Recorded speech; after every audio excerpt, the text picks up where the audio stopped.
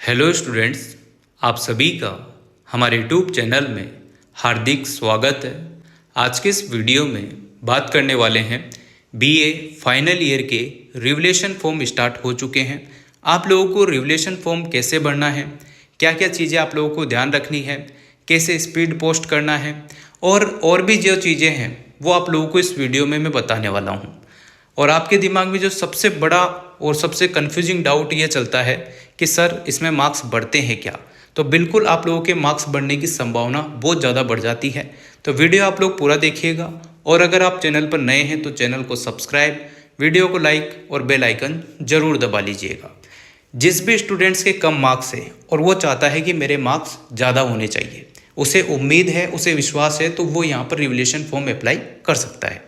ऐसे स्टूडेंट जो सप्लीमेंट्री का शिकार हो गए हैं या जो फेल हो गए हैं, वो स्टूडेंट भी यहाँ पर रिवलेशन का फॉर्म अप्लाई कर सकते हैं। उनको सप्लीमेंट्री एग्ज़ाम तो देना है, अगर उससे पहले एक मौका मिल रहा है, रिवलेशन फॉर्म भर के उनके मार्क्स किसी सब्जेक्ट में बढ़ जाते हैं, तो वहाँ पर जो सप्लीमेंट्री लिखा है वहाँ पास लिखा हुआ दिखेगा तो किसको बुरा लगेगा, ठीक है ना। तो आप लोग कोशिश कीजिएगा, कोशिश करने से ही चीज़ें सही हो पाती है, ठीक है। चाहे वो कोई सा भी मैटर हो, सब में कोशिश करोगे तो कुछ ना कुछ चीज़ें आसान हो ही जाती है। तो देखो, सबसे पहले तो आप लोगों को करना क्या है उस पर बात करते हैं। कोटा यूनिवर्सिटी की साइट पर आप लोगों को आना है। जैसे आप लोग ये साइट ओपन करेंगे, आपके सामने कुछ इस प्रकार का पेज ओपन हो जाएगा। आप ई मित्र से भी अपना फॉर्म भरवा सकते हैं और ज़्यादातर सही वही रहता है कि आप ई मित्र से ही फॉर्म भरा लें। चाहे 50-100 रुपये आप लोग ई मित्र वाले को एक्स्ट्रा दे दें, कोई दिक्कत नहीं है। कम से कम साफ़ सुथरा फॉर्म तो भरने में आएगा, कोई गलती तो नहीं होगी। और अगर आप खुद समझदार है, खुद भर सकते हैं, तो खुद भी आप लोग कर सकते हैं, ठीक है। सबसे पहले आप लोगों को क्या करना है, जो भी बीए फाइनल ईयर वाले स्टूडेंट हैं या बीएससी फाइनल ईयर वाले स्टूडेंट हैं, वो यहाँ पर जो है रिवलेशन फॉर्म भर सकते हैं, क्योंकि अभी हाल फिलहाल उन्हीं के फॉर्म यहाँ पर चल रहे हैं। ईयरली एग्जाम पैटर्न वाले ही यहाँ पर अप्लाई करेंगे और ये वीडियो वही देखेंगे जो साल में एक बार एग्जाम होता है, वो पेपर दिए हो वही, ठीक है। तो सबसे पहले आपको क्या करना है, इस पेज पर आने के बाद यहाँ पर देखने को मिलेगा स्टूडेंट पैनल फॉर रिवलेशन। जैसे ही आप लोग यहाँ पर क्लिक करते हैं, आपके सामने कुछ इस प्रकार का ओपन हो जाएगा और एक साइड पर आप लोगों को नोटिफिकेशन देखने को मिलेंगे, जिसमें बीएससी पार्ट 3 एग्ज़ाम 2025 जो है रिवलेशन की यहाँ पर लास्ट डेट रखी गई है 7 अगस्त 2025। और जो बीए फाइनल ईयर वाले स्टूडेंट हैं जिनके सप्लीमेंट्री फेल या कम मार्क्स है, वो यहाँ पर लास्ट डेट है उनकी 15 अगस्त 2025। इससे पहले पहले उनको फॉर्म भर देना होगा। अब फॉर्म भरने में आपको क्या करना है, सबसे पहले देखो यहाँ पर देखो रिवलेशन फॉर्म वाला जो ऑप्शन है, आप लोगों को यहाँ पर यहाँ पर देखो क्लास यहाँ पर जो है सिलेक्ट करनी है, यूजी पीजी जो भी है। फिर आपके सामने कुछ इस प्रकार का जो है ये ओपन हो जाएगा। जैसे आप लोग प्रोसीड पर क्लिक करेंगे, आगे का प्रोसेस यहाँ पर चलता रहेगा, ठीक है। रोल नंबर यहाँ फिल करेंगे तो फिर प्रोसीड आगे चल जाएगा, है ना। ये सारी चीज़ें आपकी होती रहेगी और जब भी आप लोग खुद भर लेते हैं या फिर ई मित्र की सहायता से भराते हैं तो और भी चीज़ें आसान हो जाएगी। अगर आप ई मित्र से भराते हैं तो आपको 2 या 3 कागज़ वो निकाल के दे देंगे, फॉर्म भर के कंप्लीट करके आपको दे देंगे। जैसे ही वो 2 या 3 कागज़ आप लोगों के पास आते हैं प्रिंट के तौर पर, उसके अलावा जो आपकी मार्कशीट है, सॉरी मार्कशीट नहीं, जो आपका ऑनलाइन रिजल्ट आया था, बीए फाइनल का था तो वो, बीएससी फाइनल का था तो वो, ठीक है। तो जिस भी क्लास के आप स्टूडेंट हैं, आपका जो रिजल्ट है जिसमें आपकी सप्लीमेंट्री है, फेल है या फिर जिसमें आपके कम मार्क्स है, वो जो रिजल्ट है ऑनलाइन वाला, उसकी प्रिंट उन 2 या 3 कागज़ों के साथ लगा देनी है। उसके अलावा आप लोगों को अपने आधार कार्ड की फ़ोटोकॉपी भी उसके साथ लगानी है। इसके अलावा आप लोगों को अनावश्यक चीज़ें लगाने की आवश्यकता नहीं है। ज़्यादा से ज़्यादा आप लोग एबीसी आईडी की प्रिंट लगा सकते हैं, इसके अलावा आप लोग कुछ भी नहीं लगाएंगे। ज़्यादातर तो जो कागज़ होते हैं मेन, जो फॉर्म भरा है वो, आधार कार्ड की जो जेरोक्स है वो, और साथ में जो आपकी मार्कशीट है जो ऑनलाइन आई है, रिजल्ट जो आपका आया था वो। इसके अलावा किसी प्रकार का कुछ भी उसमें लगाने की आवश्यकता नहीं है। इन तीनों चारों पाँचों कागज़ों को आप लोगों को फोल्ड करना है, मरोड़ना है, और एक लिफाफा आता है जो स्टेशनरी पे या फिर आपको डाकघर में भी देखने को मिल सकते हैं, पर स्टेशनरी पर आप लोग जाएंगे तो आपको मिल जाएगा।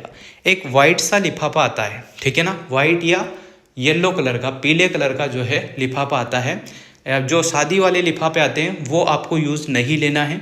एक नॉर्मल सा लिफाफा आएगा, आप लोग कहेंगे कि मुझे ऐसे बैग का फॉर्म भरना था, उसके लिए लिफाफा चाहिए, तो वो आपको 5 या 10 रुपये में लिफाफा दे देगा। उस लिफाफे में आपको क्या करना है, वो जो डॉक्यूमेंट्स थे, वो कागज़ थे 4-5, उनको उसमें फोल्ड करा था आपने, उसको रख देना है। और ऊपर से आप लोगों को गम से या फेविकोल से, जिससे भी आप लोग चिपकाना चाहते हैं, उस लिफाफे को चिपका दीजिएगा ताकि वो कागज़ बाहर ना निकल पाए। इतना समझ में आ गया होगा आपके। अब इसके बाद आपको क्या करना है, लिफाफे के ऊपर ही ऊपर फ्रंट पर बीचों बीच में सावधानी से और छोटे अक्षरों, नॉर्मल अक्षरों में आप लोगों को क्या लिखना है, यहाँ पर ज़्यादा भी बारीक मत लिख देना और ज़्यादा मोटे भी मत लिख देना। ऐसा लिखना कि वो डाकघर वालों को या जो जहाँ पर भी जाना है वो एड्रेस अच्छे से दिख जाए। तो आप लोग उस लिफाफे क्या लिखेंगे, परीक्षा नियंत्रक, ये देखो ये लिखना है, परीक्षा नियंत्रक कोटा विश्वविद्यालय MBS मार्ग कबीर सर्किल के पास, ठीक है, कोटा 324005, ये लिखना है आपको लिफाफे के जस्ट ऊपर फ्रंट पर। और उसके जस्ट नीचे एक साइड में, कोई सी भी साइड, लेफ्ट या राइट में, अपना नाम लिखेंगे और अपने जो मोबाइल नंबर है, जो ओन मोबाइल नंबर है जिस पर आप लोगों से बात हो सकती है, या आपने ऑलरेडी जो इनरोल कर रखे हैं मोबाइल नंबर यूनिवर्सिटी की साइट पर, वो आप लोग वहाँ पर लिख देंगे, ताकि अगर किसी भी प्रकार का कोई भी डाउट आता है, यानी कि जो भी यूनिवर्सिटी आपकी रीचेकिंग या रेगुलेशन में जो भी चीज़ें होती है, अगर कोई दिक्कत आती है तो आपको फ़ोन करके बता सकते हैं। अदरवाइज़ आप लोगों के पास किसी प्रकार का कोई फ़ोन वोन नहीं आएगा। फिर फ़ोन डायरेक्ट जब भी आएगा जब आपकी ओरिजिनल मार्कशीट आती है डाकघर के थ्रू, तभी आता है।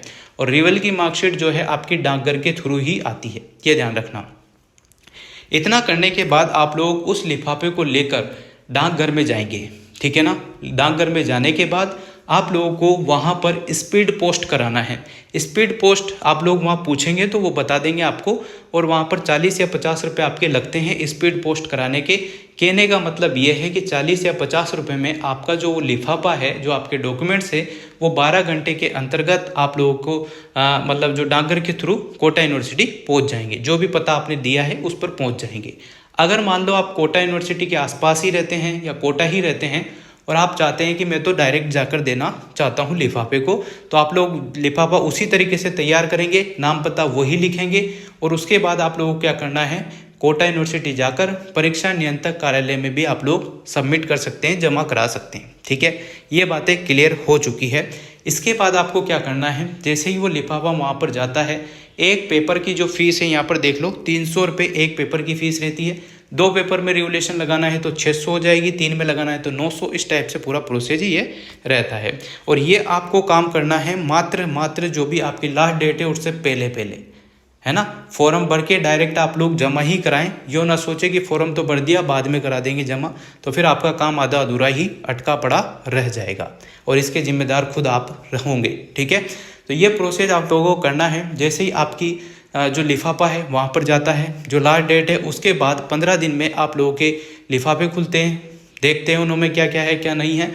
फिर उसके हिसाब से आप लोगों के डबल से कॉफियाँ चेक की जाती है, देखी जाती है कि कहाँ क्या मिस्टेक है। जिसके मार्क्स बढ़ते हैं उनके बढ़ा दिए जाते हैं, जिनके घटते हैं उनके घटा दिए जाते हैं, है ना। और जिसके कुछ भी चेंज नहीं है तो वो वहाँ तक रखते हैं। जो मान लो बिल्कुल 40-45 पे अटक रहा हो, एक नंबर से ही रह रहा हो, तो बहुत सारों को दया खा के पास भी कर दिया जाता है और बहुत सारों को जो है कम मार्क्स भी दे दिए जाते हैं। ज़्यादातर संभावना आपके मार्क्स बढ़ने की रहती है ना। इस बात का लोड ना लें, ज़्यादातर संभावना मार्क्स बढ़ने की ही रहती है, बहुत कम संभावना होती है आपके मार्क्स कम होने की। तो आप लोग ज़रूर रेगुलेशन का फॉर्म अप्लाई करें, उससे आपको फ़ायदा ये होगा कि अगर आपके कम मार्क्स है तो बढ़ने की संभावना है, अगर आपको कॉन्फिडेंस है, विश्वास है तो बढ़ जाएंगे, और अगर आपको लगता है कि कम भी हो सकते हैं तो आप लोग फिर रेगुलेशन का फॉर्म अप्लाई ना करें। जो स्टूडेंट कम ज़्यादा वाले हैं वो तो, जिनके सप्लीमेंट्री है वो तो ज़रूर से ज़रूर इसको अप्लाई कर दें, क्योंकि इसमें फ़ायदा ही है। कम भी होंगे तो भी कोई दिक्कत नहीं है, ज़्यादा भी होंगे तो फ़ायदा ही फ़ायदा है। कम होंगे तो आपको ये तो पता है ही सही कि सप्लीमेंट्री एग्ज़ाम तो देना है ही सही, पर अगर ज़्यादा हो गए तो आप लोग ये सोच के चलो कि एक सब्जेक्ट में पास होने पर अभी तो 300-600 रुपये ही लग रहे हैं। एक पेपर के 300, 2 के 600, उसी में अगर आप पास हो जाते हैं, मार्कशीट में पास लिखा आता है, तो ना तो आप लोगों को फिर बाद में सप्लीमेंट्री का फॉर्म भरना है तो वो पैसे बच जाएंगे, ना एग्ज़ाम देना है और ना ही किसी प्रकार का कोई लोड आपके होगा। अगर फेल भी हो जाते हैं तो सप्लीमेंट्री वालों के साथ आप लोगों के हो सकता है कि फॉर्म भरने में आ जाए, तो आप लोग भी उसी टाइम पर फेल वाले स्टूडेंट भी फॉर्म भर सकते हैं। और अगर मान लो फेल होने से पहले आप लोग रिवोल्यूशन का फॉर्म अभी जो चल रहे हैं ये अप्लाई कर देते हो और आप पास हो जाते हो, तो आपका जो है आधा काम तो यहीं पर फ्री हो गया। समझ रहे हो बात को? तो इसलिए रेवोल्यूशन का फॉर्म ज़रूर आप लोग अप्लाई कीजिएगा। थोड़ी सी मेहनत है, इसको आप लोग कर सकते हैं आराम से। फिर इसके बाद 1 या 1.5 महीने में आप लोगों के रिजल्ट शो हो जाएंगे रेवोल्यूशन के, और उसमें आप लोग पास हो जाते हैं तो बहुत अच्छी बात है, और हम तो यही चाहते हैं कि आप सभी पास हो।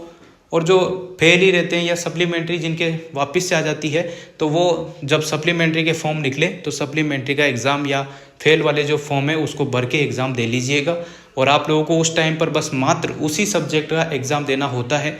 और अगर आप लोग फिर भी नहीं निकलते हैं तो फिर जब अगले साल आप लोग एग्ज़ाम देंगे तो वापस से पूरे ही एग्ज़ाम देने होंगे। 6 पेपर है तो 6 जिनमें आप पास थे उनके भी एग्ज़ाम आप लोगों को देने होंगे। पूरे ही पेपर देना होता है। 6 पेपर है तो 6 के 6 ही देने होंगे।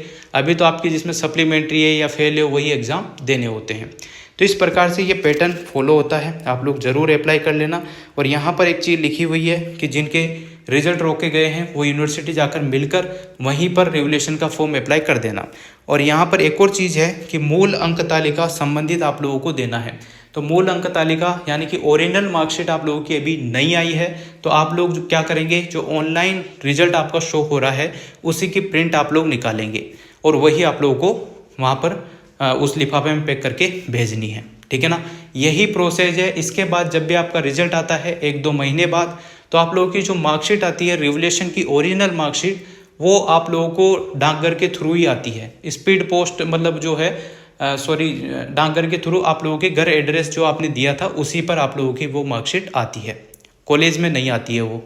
फिर आप लोगों को अगर लगता है कि 2-3 महीने हो गए अभी तक नहीं आई है, तो आप लोग यूनिवर्सिटी जाकर वो मार्कशीट ले सकते हैं। Thank you so much. Video अगर आप लोगों को अच्छी लगी हो तो like, comment, share and subscribe.